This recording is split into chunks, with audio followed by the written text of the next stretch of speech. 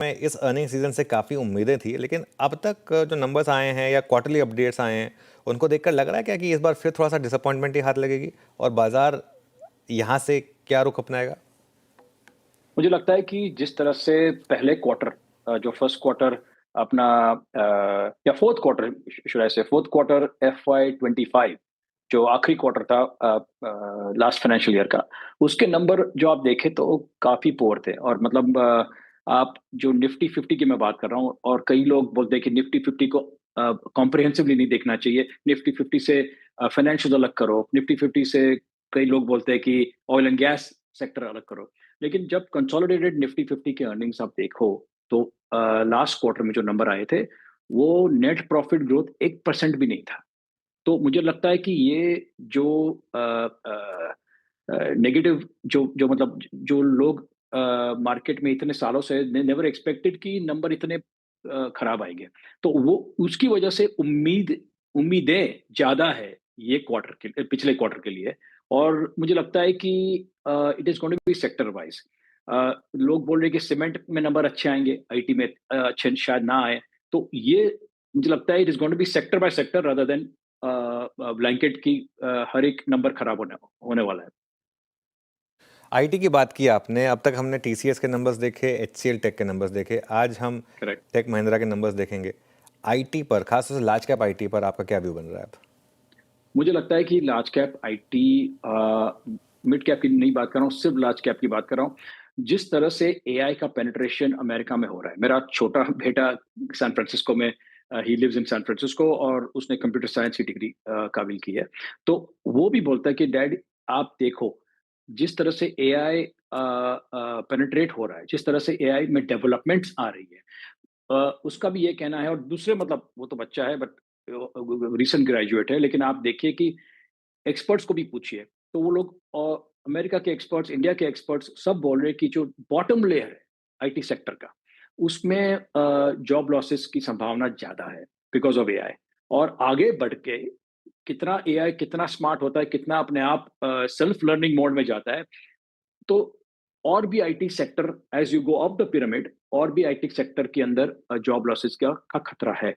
तो मुझे लगता है कि इसकी वजह से जो बिजनेसेस, ट्रेडिशनल बिजनेसेस जो इंडियन आईटी कंपनीज करती आ रही है, उनको भी इनोवेट करना पड़ेगा। ये जो एक बात है जो मुझे लगता है सलील पारेख, इन्फोसिस के जो सीईओ है, उन्होंने बताई थी, which I think is the right answer, कि आई कंपनियों को एआई एनेबल करने के लिए भी बहुत बड़ी अपॉर्चुनिटी है। जिस तरह से आपको याद होगा 2000 साल 2000 में Y2K का इशू था, तो मुझे लगता है कि that can be a new opportunity. लेकिन आज की तारीख में वो उसका भी हम लोग कुछ एग्जाम्पल्स नहीं देख पाए। आज भी भारतीय बाजारों में ज़्यादा कुछ तो देखने को नहीं मिला। निफ्टी और बैंक निफ्टी में केवल पॉजिटिव क्लोजिंग ही देखने को मिली है। लेकिन कल का दिन अब इम्पोर्टेंट होता हुआ नज़र आएगा, क्योंकि कल एंजल वन कल जो है HDFC, AMC, LTIM, Wipro, axis bank जैसे शेयरों के नतीजे आते हुए दिखाई देंगे। और आज एंजल वन और टेक महिंद्रा के नतीजे आते हुए दिखाई देंगे। टेक महिंद्रा यानी कि आईटी सेक्टर में आज अच्छी खासी तेज़ी का मूड माहौल देखने को मिला है। हो सकता है कि आईटी सेक्टर का ये जो 3-4 दिन पहले बॉटम बना था, वो बॉटम ही रहता हुआ नज़र आए, क्योंकि आईटी सेक्टर पिछले कुछ दिनों से गिरावट के साथ ही क्लोजिंग देता हुआ नज़र आ रहा है। और जिस प्रकार से टीसीएस के नतीजे भी आए थे, उसके बाद सारे मार्केट में ही गिरावट का मूड माहौल भी देखने को मिला था। तो यदि आईटी सेक्टर की दशा सुधरती हुई नज़र आती है, तो वो भारतीय बाज़ार के लिए काफ़ी पॉजिटिव होता हुआ नज़र आएगा। उसके अलावा देखोगे तो कल LTIM, HDFC, AMC के नतीजे तो हैं ही, साथ ही आज भी आईटी सेक्टर के टेक महिंद्रा के नतीजे आने हैं। तो वो काफ़ी जो है असर डालते हुए भारतीय बाज़ारों पर नज़र आएंगे। और आगे की जो दशा दिशा है, यानी कि कल विप्रो के नतीजे आएंगे, तो ये सभी कारण हैं जो भारतीय बाज़ारों को ऊपर की तरफ लेकर जा सकते हैं। लेकिन आज इंडस्ट्रियल प्रोडक्शन के आंकड़े जो है अमेरिकी बाज़ारों के आएंगे, कल रिटेल सेल्स के आंकड़े अमेरिकी बाज़ारों के आएंगे, इनिशियल जॉबलेस क्लेम के आंकड़े भी कल आते हुए दिखाई देंगे। तो ये सभी आंकड़े अमेरिकी बाज़ारों के लिहाज से काफ़ी इम्पोर्टेंट होते हुए नज़र आएंगे।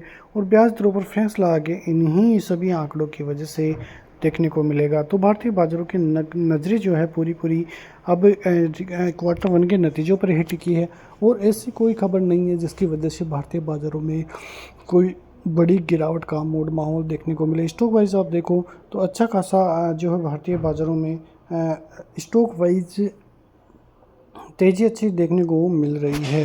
लेकिन भारतीय बाज़ारों के लिए ख़ास बात यह है कि निफ्टी जब तक 25 दिन से 50 का ऊपर की तरफ रेजिस्टेंस नहीं तोड़ेगा तब तक कोई बड़ी तेज़ी देखने को नहीं मिलेगी।